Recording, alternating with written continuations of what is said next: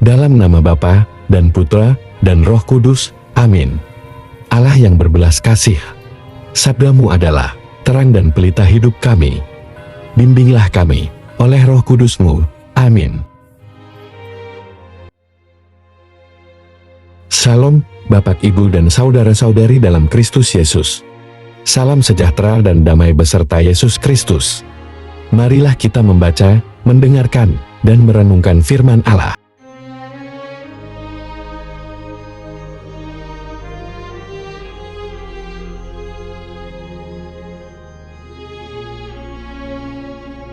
Tuhan bersamamu dan bersama rohmu. Inilah Injil suci menurut Yohanes. Dalam percakapannya dengan Nikodemus, Yesus berkata, Tidak ada seorang pun yang telah naik ke sorga, selain daripada Dia yang telah turun dari sorga, yaitu Anak Manusia. Dan sama seperti Musa meninggikan ular di padang gurun, demikian juga Anak Manusia harus ditinggikan, supaya setiap orang yang percaya kepadanya beroleh hidup yang kekal.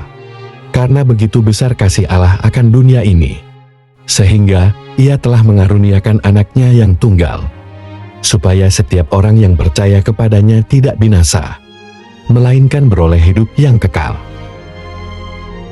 Sebab Allah mengutus Anaknya ke dalam dunia, bukan untuk menghakimi dunia, melainkan untuk menyelamatkannya oleh Dia. Demikianlah sabda Tuhan. Terpujilah Kristus. Renungan Injil. Bapak, Ibu, dan saudara-saudari dalam Kristus Yesus, mari kita buka kembali Injil Yohanes pasal 3 ayat 14-15. Dan sama seperti Musa meninggikan ular di padang gurun, demikian juga Anak Manusia harus ditinggikan, supaya setiap orang yang percaya kepadanya beroleh hidup yang kekal. Kalender Gereja Katolik hari ini, Kamis, tanggal 14 September tahun 2023, sebagai pesta salib suci untuk mengingatkan kita pada salib Yesus yang telah menebus dosa kita manusia dan menyelamatkan kita dari alam maut.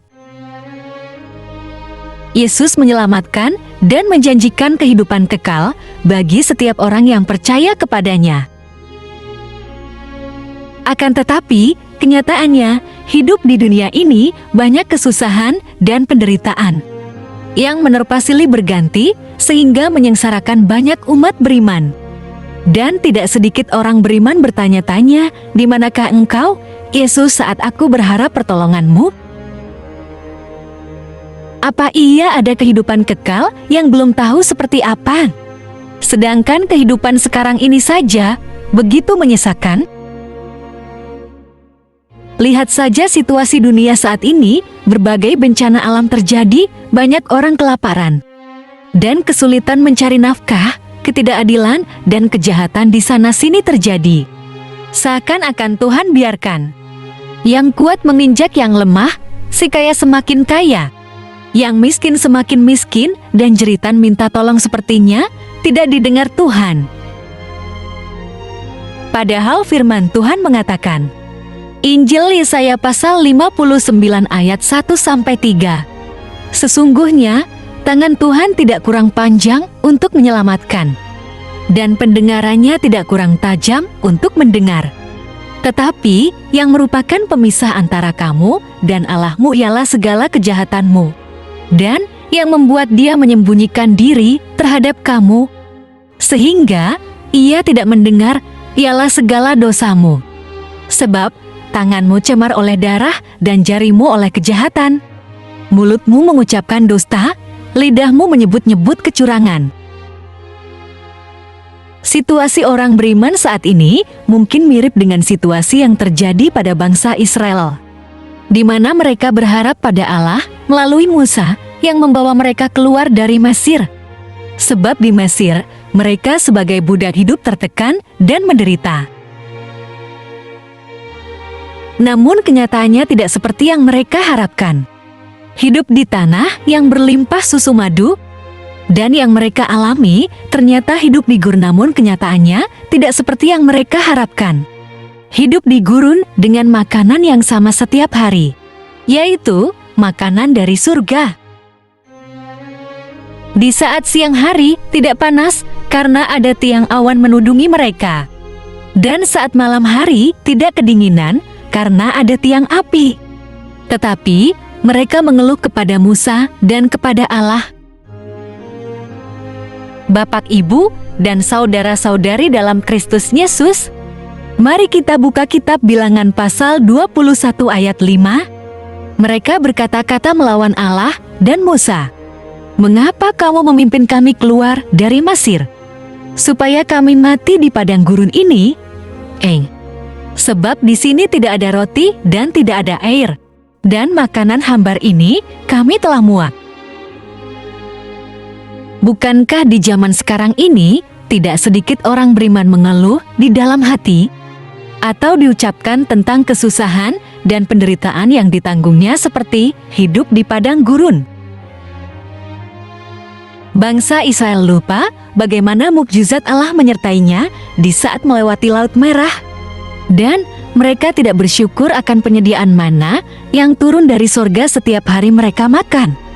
Ada tiang awan perapi yang melindungi dari sengatan terik matahari dan cuaca dingin.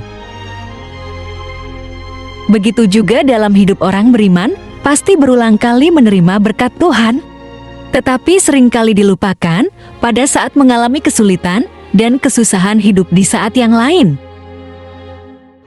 Maunya selalu senang dan tidak mau hidup susah seperti bangsa Israel.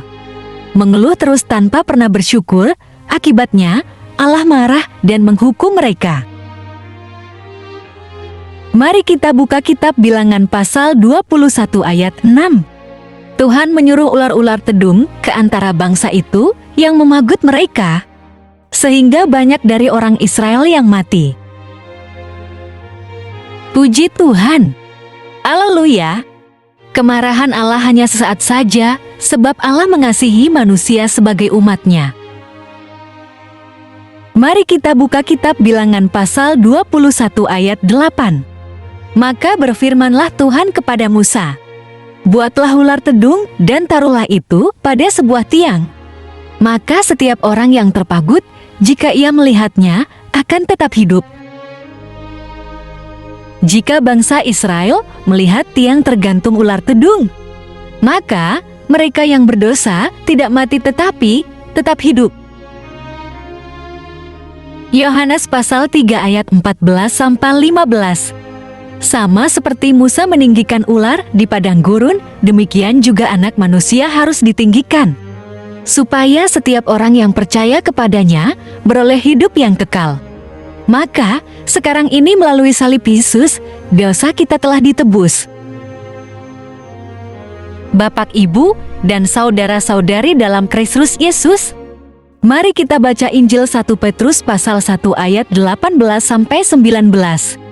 Sebab kamu tahu bahwa kamu telah ditebus dari cara hidupmu yang sia-sia, yang kamu warisi dari nenek moyangmu itu, bukan dengan barang yang fana, bukan pula dengan perak atau emas, melainkan dengan darah yang mahal, yaitu darah Kristus, yang sama seperti darah anak domba yang tak bernoda dan tak bercacat.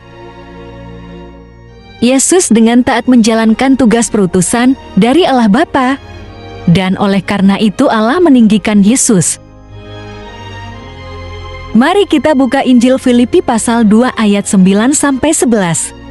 Allah sangat meninggikan Dia dan mengaruniakan kepadanya nama di atas segala nama, supaya dalam nama Yesus bertekuk lutut segala yang ada di langit dan yang ada di atas bumi dan yang ada di bawah bumi, dan segala lidah mengaku Yesus Kristus adalah Tuhan, bagi kemuliaan Allah Bapa. Ketaatan dan kesetiaan Yesus sampai mati di kayu salib adalah puncak karya keselamatan yang dirancang Allah untuk menyelamatkan manusia, sekaligus menganugerahkan hidup kekal di sorga. Sudah sepantasnya kita menghormati dan menghargai salib Yesus. Dan juga selayaknya kita menyembah salib Yesus sebagai ungkapan syukur kepada Yesus yang menebus diri kita dan bebaskan kita belenggu kuasa dosa, sehingga menjadi orang yang merdeka. Karena darah Kristus Yesus yakni darah anak domba Allah. Bapak, Ibu, dan saudara-saudari, adalah suatu keanehan bila saudara kita Kristen. Tidak ada corpus dan tulisan ENRE pada salib mereka yang polos. Hanya berupa palang kayu vertikal dan horizontal. Bukan berarti kita memberhalakan salib, apalagi menyembah patung salib Yesus. Dan orang yang berpandangan seperti ini sangat dangkal pemahamannya akan makna pengorbanan Yesus. Kita bersyukur Gereja Katolik sangat menghormati salib Yesus. Berarti kita menghargai pengorbanan Yesus yang menganugerahkan kepada kita hidup kekal di sorga.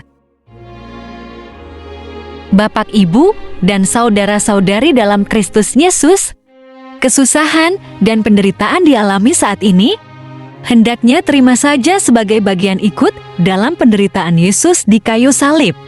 Sebab, salib yang dipikul tidak melebihi kekuatan kita, sadarilah. Mari kita baca Injil 1 Korintus pasal 10 ayat 13. Pencobaan-pencobaan yang kamu alami ialah pencobaan-pencobaan biasa, yang tidak melebihi kekuatan manusia. Sebab Allah setia dan karena itu, Ia tidak akan membiarkan kamu dicobai melampaui kekuatanmu. Pada waktu kamu dicobai, Ia akan memberikan kepadamu jalan keluar, sehingga kamu dapat menanggungnya.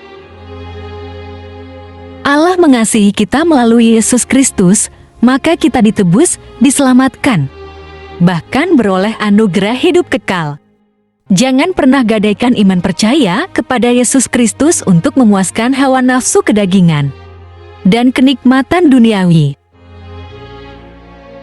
Apalagi yang engkau cari, saudara-saudariku, keselamatan dan hidup kekal sudah dianugerahkan kepada siapa saja yang percaya pada Anaknya yang tunggal. Bapak, Ibu, dan saudara-saudari dalam Kristus Yesus, pandanglah salib Yesus dengan penuh hormat dan dengan segenap hati kita. Sebab melalui salib, maka kita beroleh hidup kembali dan dosa kita diampuni. Jangan pernah lupakan, di kayu salib itu ada Yesus yang mengorbankan dirinya untuk membayar lunas diri kita dan menyelamatkan kita dari kematian kekal dengan memberikan hidup yang kekal. Marilah berdoa. Allah Bapa, sumber pengharapan, Engkau telah mengikat perjanjian dengan semua orang melalui Yesus yang terurapi. Semoga kami selalu berpegang teguh pada Dia dan berkembang menjadi umat yang patuh setia.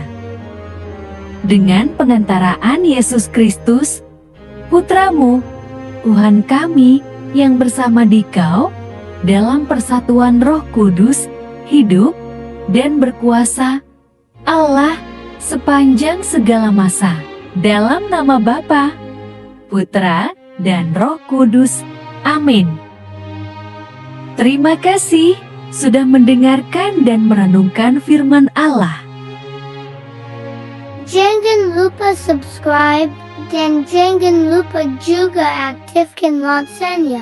Terima kasih, Tuhan Yesus memberkati.